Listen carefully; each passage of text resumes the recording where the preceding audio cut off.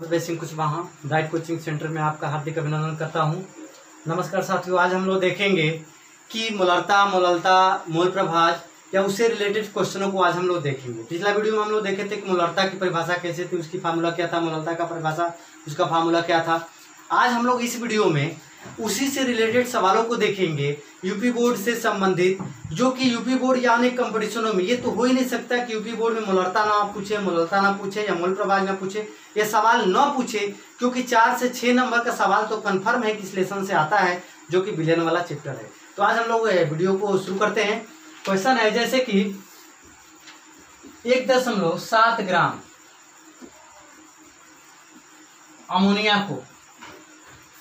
Ammonia में मोलों की संख्या, 1.7 ग्राम अमोनिया में मोलों की संख्या तथा अणुओं की संख्या।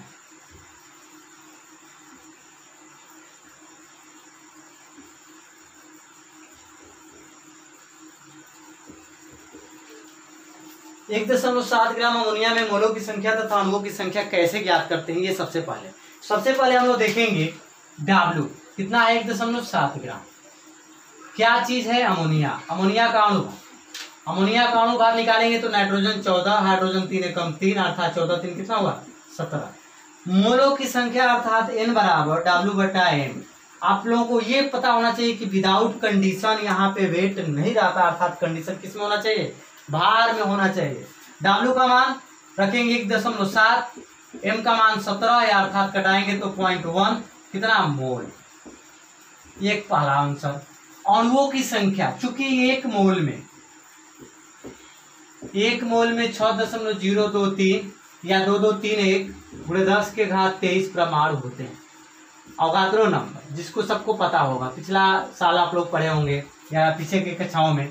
अब यहाँ पे जब 1 मोल में इतने परमाणु, 0.1 मोल में मल्टीप्लाई, 2 मोल में मल्टीप्लाई, अर्थात 1 मोल में इतने हैं तो 10 मोल में 10 का मल्टीप्लाई, अर्थात परमाणुओं की संख्या जब निकालनी हो या अणुओं की संख्या के लिए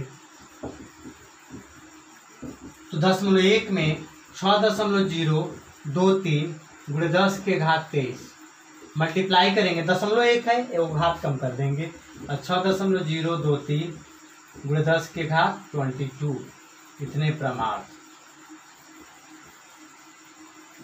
तो इस तरीके से हम लोग देखिए कि कितना आसान तरीके से मोलों की संख्या और अणुओं की संख्या आसानी से निकल जाती है। किसी क्वेश्चन में देते कितना ग्राम में मोलों की संख्या, अणुओं की संख्या, इसी विधि से निकालेंगे। नेक्स्ट क्वेश्चन पे आते हैं। जैसे सवाल दे दिया जाए 5 ग्राम कास्टिक सोडा को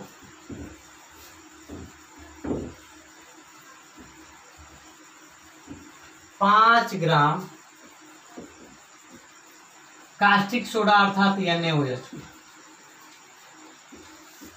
250 ग्राम जल में घोला गया।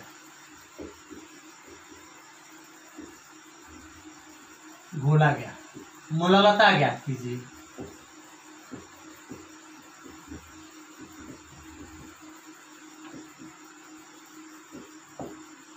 पाँच 5.0 ग्राम NaOH को 250 ग्राम जल में घोला गया, मोललता ज्ञात कीजिए। सबसे पहले मोललता का सूत्र लिखेंगे, जो पिछला वीडियो में हम लोग पढ़े हैं। मोललता के लिए W/M, यहाँ भी विदाउट कंडीशन नहीं रहेगा, हमेशा वेट जो रहेगा, विलेय का जो भार होगा हमेशा ग्राम में रहेगा, और यहाँ पे क्या रहेगा? मोललता है तो रहेगा कैपिटल W, और किस में रहेगा? किलोग्राम। कुछ लोग इसी फार्मूले को ऐसे लिखते हैं, आप भी ध्यान दीजिए। W/ यहाँ पे कैपिटल M, ये तो अणुभार है, और यहाँ पे कैपिटल W, जब इसको ग्राम में लिखेंगे तो यहाँ पे मल्टीप्लाई के रूप में 1000 लिखेंगे। ये लिखिए, चाहिए लिखिए, दोनों फार्मूला एक ही है। यहाँ पे W का मान सबसे पहले कितना है? 5 ग्राम है। M अणुभार निकालेंगे NaOH का तो 40 आएगा, सोडियम 23, ऑक्सीजन 16, हाइड्रोजन 1, अर्थात कितना होगा? 40। फिर कैपिटल W निकालेंगे, कैपिटल W कितना है? 250 ग्राम है। बस करना क्या है? मान रख देना है इसमें। मोललता बराबर 5 में अणुभार कितना है? 40, कैपिटल W 250, किलोग्राम लिखने का मतलब जो ग्राम में है उसको किलोग्राम में चेंज करना है, और किलोग्राम में चेंज करने के लिए 1000 से भाग, या इस तरीके से भी हम लोग लिख सकते हैं 5/40। इसको पहले कन्वर्ट कर ले, ये नहीं कि देखने कटने लायक है तो लगे कटाने और बाद में फजियत में पड़ जाए कि इसको लिखे तो कैसे लिखे। पहले मल्टीप्लाई के रूप में लिख लें, आराम से कटा ले। 250 चौके 1000 हो जाएगा, 5/8 फिर 4 दूना के 8, 1/2 यानी दशमलव कितना हुआ, 1/2 का मतलब 0.5 मोलल। मोलल MOLAL मोलल, या इसका जो मात्रक होता है मोल प्रति किलोग्राम। तो इस तरीके से हम लोग देखें कि मोललता कैसे निकाली जाती है। नेक्स्ट क्वेश्चन पे आते हैं। अब मोललता के बाद अब लोग मोलरता पे आते हैं कि मोलरता कैसे निकाली जाती है। हालांकि पीछे भी हम लोग पढ़ चुके हैं, जब हम लोग इसका परिभाषा पढ़े थे तो वहां भी सूत्रों के बारे में और कुछ एग्जाम्पलों को हम लोग देखे थे। अब हम लोग देखें जैसे 5 दशमलव, कोई क्वेश्चन है 5.15 ग्राम सोडियम ब्रोमाइड को 250 ग्राम या 500 ml जल में घोला गया। मोलरता ज्ञात कीजिए।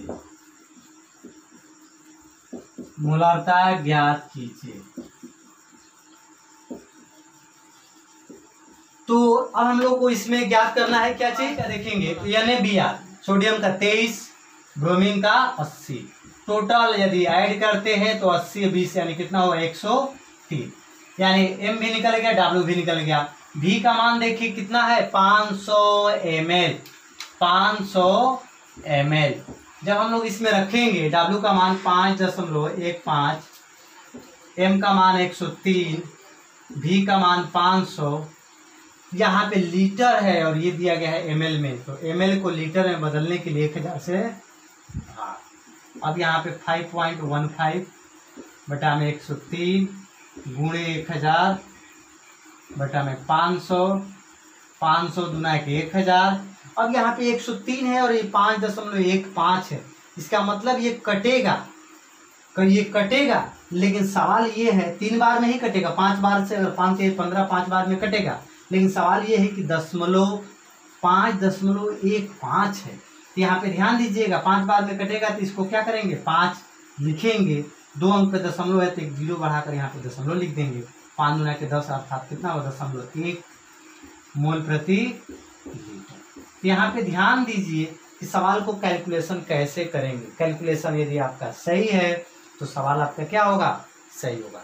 एक आध क्वेश्चन और हम लोग देखते हैं और थोड़ा सा अब क्रिटिकल और क्वेश्चन की तरफ आते हैं जो और भी लेंदी होता है। कल हालांकि पिछला वीडियो में हम लोग देखे हैं,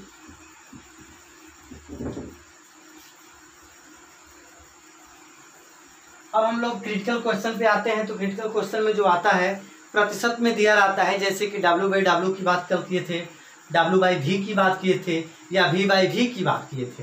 तो जैसे कुछ ऐसे भी हम लोग देखें, जैसे 96% H2SO4 या 98% H2SO4 या 94% H2SO4, ऐसे हम लोग ले लें तो 96%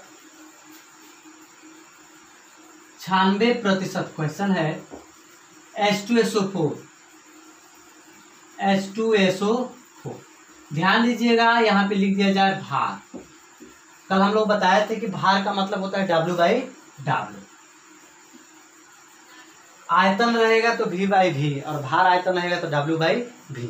तो 96% H2SO4 भार का आपेक्षिक घनत्व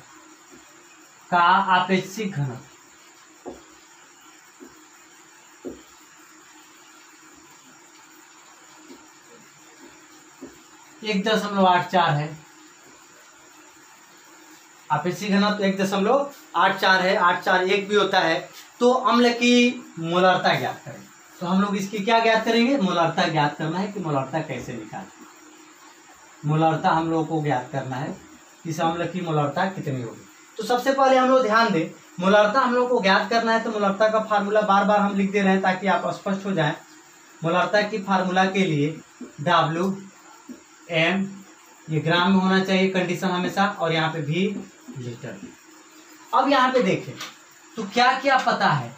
सबसे पहले 96% का मतलब होता है 96/100, अर्थात जो स्मॉल W है 96 ग्राम है। 96 ग्राम, 96 ग्राम घुला है। किसमें घुला है? ये भार है, इसका मतलब क्या है? W/W है, W/W है, अर्थात 100 ग्राम में, यानी किसमें? 96 ग्राम घुला है, किसमें? 100 ग्राम में, अर्थात 100 ग्राम में। ये आपको पता होना चाहिए कि 100 ग्राम में 96 ग्राम घुला है, अर्थात स्मॉल W तो पता चल गया। M निकालें तो M अर्थात H2SO4 का जो अणुभार होता है आपका पता है कि कितना होता है? 98 होता है। हाइड्रोजन 2 है और 1 होता है, तो 2 एकम 2, सल्फर 32, ऑक्सीजन 16 होता है, 16 चौकी 64, जोड़ेंगे तो कितना होगा? 98। W मिल गया, M मिल गया, हम लोग को क्या चाहिए? V, अर्थात आयतन चाहिए। तो हम लोग को पता नहीं है कि आयतन कितना है, लेकिन टोटल द्रव्यमान पता है। यहाँ पे कितना है? 96 ग्राम। यहाँ पे टोटल ये द्रव्यमान को दिखाएगा कि 96 ग्राम है, किसमें? 100 ग्राम में, अर्थात इसको कैपिटल W न लिखकर इसको क्या लिख दें हम लोग? द्रव्यमान। ना ही यम लिखे, क्या लिख दें? द्रव्यमान। अर्थात द्रव्यमान आपको पता चल गया 96 ग्राम। तो आपको पता चल गया, जब द्रव्यमान पता चल गया, घनत्व तो पता चल गया, तो आयतन भी निकल जाएगा। अब कंफ्यूजन होता है कि जो फार्मूले होते हैं कि फार्मूलों में इसके लिए क्या सूत्र होता है, तो घनत्व बराबर द्रव्यमान बटा में आयतन। कभी कभी केस हो जाता है कि आयतन बटा द्रव्यमान, कि द्रव्यमान बटा आयतन। तो फार्मूला आप जानते रहे कि जो घनत्व का फार्मूला होता है ग्राम प्रति मीटर क्यूब या सेंटीमीटर क्यूब, जो भी होता है, अर्थात द्रव्यमान है और ये आयतन होगा, तभी ना G/m³ होता है, चाहे G/cm³ होता है, सेंटीमीटर क्यूब। इसका आप लोग को पता होना चाहिए। क्या निकालना है? आयतन। तो आयतन बराबर हो जाएगा द्रव्यमान बटा में घनत्व, अर्थात द्रव्यमान है कितना? 100 ग्राम, घनत्व कितना? 1.84। तो ये पता चल गया। अब आप लोगों को पता होना चाहिए, जब ये ग्राम में है तो ये भी ग्राम में है, तो आपका आयतन भी किस में आएगा? ml में आएगा। किस में आएगा? ml में। अब मान को जब हम लोग रखेंगे, अर्थात W का जब मान रखते हैं, W का मान कितना है? 96, अणुभार 98। जो आयतन है वो किसमें है? 100 बटा में 1.84। अब यहाँ पे 1000 यहाँ पे लिख सकते हैं, या मल्टीप्लाई के रूप में भी यहाँ पे 1000 लिख सकते हैं, क्योंकि ml है तो लीटर में तो बदलना पड़ेगा। अब इसको 96/98 गुणे 1.84/100 गुणे 1000। अब दशमलव हटाने के लिए 2 जीरो तो काफी है। उसके बाद इसको हम लोग कैलकुलेट कर लेंगे घटाने के लिए। 96 हो जाएगा गुणे 184 हो गया, बटा में 98 हो गया, और आपका 2 जीरो से दशमलव गायब हो गया, 1 जीरो जो बचा उसको कट गया, यानी यहाँ पे 10 आपका बच गया और ऊपर से दशमलव गायब हुआ। अब इसका हम लोग को कैलकुलेशन करना है, तो 2 से कटाएंगे तो हो जाएगा आपका 49, इसको 2 से कटाएंगे तो हो जाएगा आपका कितना? 92। अब ये कटने लायक नहीं दिख रहा है, दशमलव लगा देंगे। सबसे अच्छा उपाय 96 गुणे 92 बटा में 49 गुणे 10।